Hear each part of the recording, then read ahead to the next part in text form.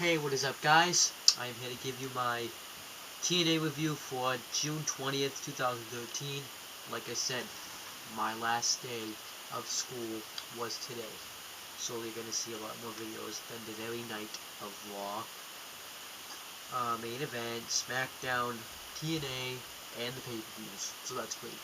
So let's just get right into it. So we had Taz and Mike TNA on commentary for the show. And then it shows Stin backstage arriving at the building. That was all you did. He just arrived at the building. And then it shows the video package for the Bound for Glory series, what to expect. And then the Hulk Hogan and the Bound for Glory series promote contestants are in the ring. And Hardy brings out Bobby Roode and Jeff Hardy. All the other ones were already there. And then you got to find out you got to vote who got the first call out, Jeff Hardy or Bobby Roode. Jeff Hardy won the vote, kind of knew that was going to happen. And Austin Aries says that he shouldn't call him out because he's the most popular man in the TNA locker room. And Christopher Daniels says that you can call out anybody you want, but don't call out any member of the Bad Influence because your first Bound for Glory match will be the most disappointing loss. So then he chooses to call out someone that made it personal, so he calls out Bobby Roode, and then the contestants brawl around. It was fine. So then they kind of go through the ways you get your points in the Bound for Glory series, and I wrote it down. So if you win your match by submission, you get 10 points. If you win by pinfall, you get 7 points. If you win by countout, you get or disqualification, you get 5 points. If you have a tie, you get 2 points. And if you get disqualified, like if the loser's disqualified, the loser that loses by disqualification loses 10 points in the Bound for Glory series. So that's just how it stands. So then it shows. We get first we get a SharpDNA.com ad, then it shows the brawl between the Bound for Glory contestants, and then Mr. Anderson comes out. He calls out I guess the easiest person he thought was going to be the face in the Bound for Glory series. He calls out Joseph Park for a match.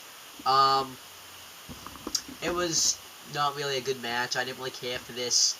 Every match was 15 minutes. It had a 15-minute time limit, I should say. Really didn't care for this match. Doc comes out and runs a distraction. Mr. Anderson tries to roll up Park, but he kicks out. And I actually thought that Joseph Park was going to win this match, but he didn't. Doc kneed Park when he went to go off the top rope, but Mr. Anderson hit the mic check on him for the win. So Mr. Anderson right now has 7 points in the Bound for Glory series. And then the Bound for Glory series contestants are backstage just waiting. Aces and Eights are backstage. Mr. Anderson's talking about how he could be the next vice president of the Aces and Eights, and that for some reason Dog gets pissed off and says that he should be the vice president because he was just running away from Joseph Park until he came out there. And then Bully Ray tells him to stop arguing, and he says that they have business to deal with Brooke Hogan. So you're gonna find out what happens with that later. Then Jay Bradley's in the ring, and he calls out Austin Aries to get broomsticked. So then we get Aries. So Aries and Roode have their Bound for Glory series match. It was an okay match. I think Austin Aries was working this match as a face because he was just excited. There are points where Bradley goes for the broomstick, but he keeps failing. And then Aries hits a drop kick and the brain buster for the win. So he has 7 points now in the Bound for Glory series. Stin interview. He's talking about how he's going to look for his boys to beat up Aces and Eights. And he's not wearing his face paint, I should mention. He's just in a normal suit, just normal Stin. And then Stin and mystery person's backstage. He's just telling him that you're on my side now. And he's just shaking hands with him. You're going to find out, well, if it was even him later. And Hernandez and Chavo Guerrero are backstage. Chavo Guerrero is trying to hype up Hernandez to win the World Championship. So he's pretty much going to be a cheerleader for him. I don't know if this is going to lead to a Chavo Guerrero heel turn. but we'll get to that later. So then Hernandez comes out. He calls out a man that pisses him off the most, Christopher Daniels. Um, so they have their Bound for Glory series match. Wasn't a fan of this match. Wasn't really that good. Um, Christopher Daniels wins with the best moonsault ever.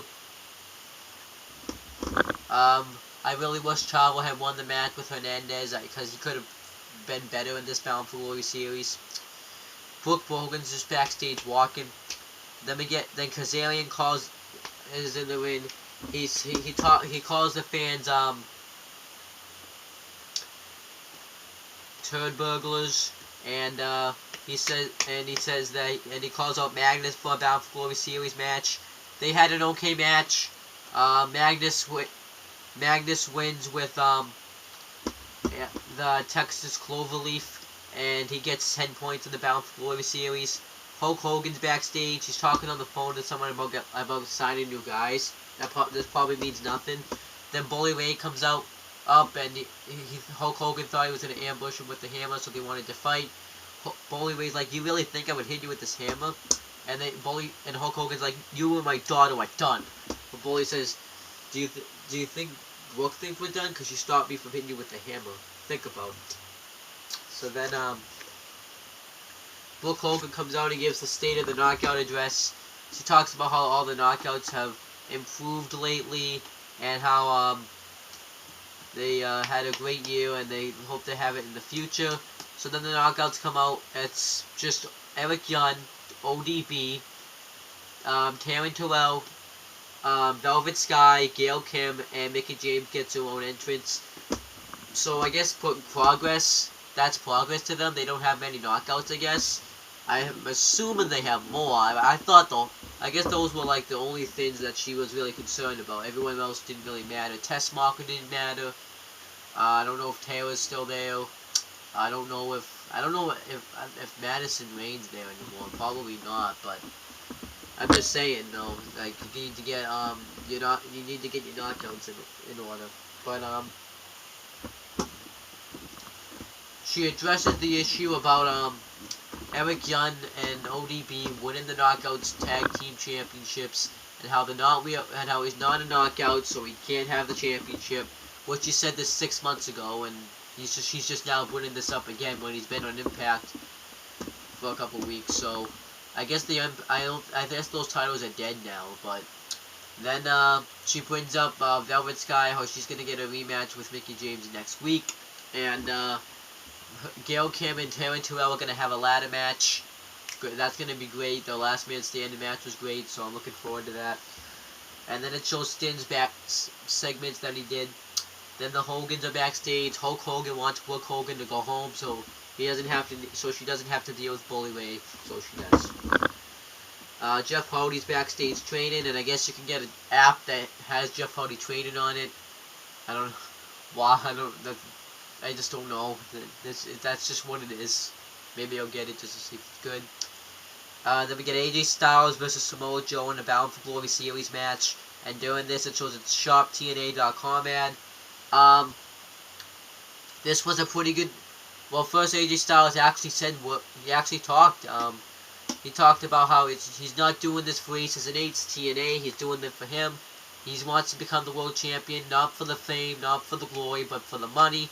And he says that there is no heroes he's learned in 11 years that there's no heroes, and then he says what he said before he went into this character, though.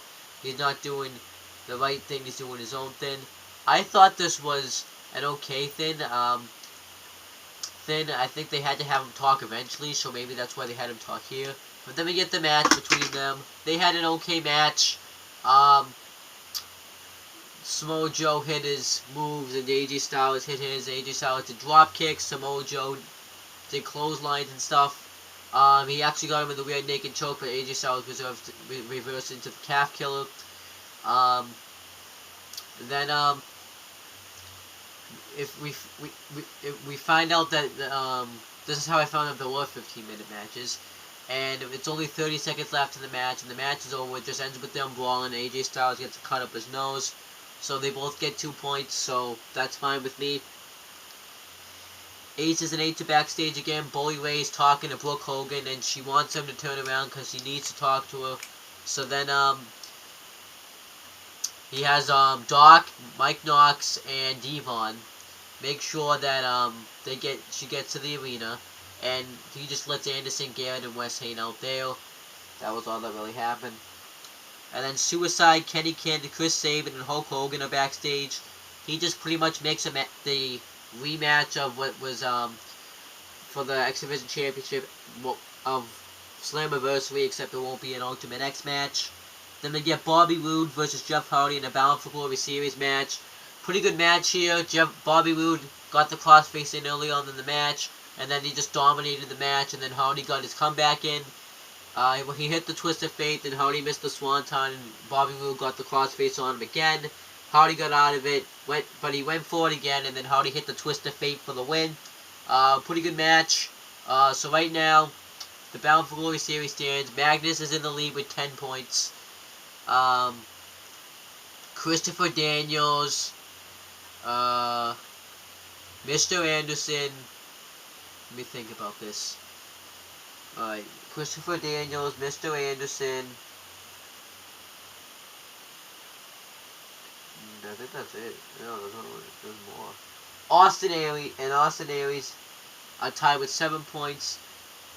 And Samoa Joe and AJ Styles are tied with 2 points. So right now Magnus is in the lead. I don't see it this continuing from him. I can see him being in the lead for a little bit, but right now I'm still picking AJ Styles to win the Bound for Glory series.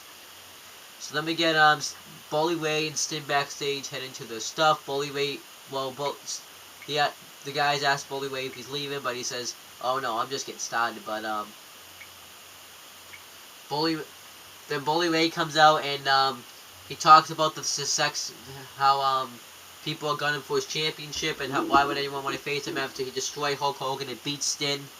So then he calls out Brooke Hogan because he needs to talk to her. Brooke Hogan never comes out, and instead Sting comes out, and I guess this was the main event Mafia music, but I've never heard this music before, so I could be wrong. So then Bully Ray asked why Sting would be out there. He single-handedly beat him in Boston, and he could beat him again. And he never gets an opportunity at the world title, but Sting says he just wants retribution, and as he's taking his clothes off, Bully Ray says that with a snap of a finger, he can take out the Aces and Eights will come out. So then he calls out the Aces and Eights, but they never come out, and then we see on the screen that someone has taken him out. So then Sting beats up Bully Ray, and he runs off on the stage. Kurt Angle ambushes him with the ankle lock, and then that was Impact this week. TNA, yeah. This was actually a pretty good show this week. They are improving. They're not having the Hulk Hogan segments as much anymore, and they're actually starting to have matches again. But I don't know where this Sting thing's concerned. I don't think it's just going to be Kurt Angle and Sting. I think it's going to be more, because there's no way that Kurt Angle could have taken those guys out himself. But then again, well, Gary Bischoff maybe, but Wes Briscoe and Anderson are pretty good, so there's no way that he could have taken him out himself. So I think that we're going to find out more members as life goes on. And maybe at Bound for Glory or something, we're going to see Bully Ray versus... Well, no, we're going to see Team Aces and Eights versus Team Main Event Mafia. I don't think Kevin Nash is going to be there for it, but if he is, that's great. And I also forgot to mention that I think they said on July 18th, July 28th, somewhere around there, that they're going to show Destination X on TV, so that pretty much makes TNA One Night Only Extravaganza pointless. And they also announced a TNA One Night Only Hardcore Justice 2. That could be good, that could be bad, but that's pretty much it for my TNA review. I will have this uploaded tomorrow, but that's pretty much it, guys. See you later.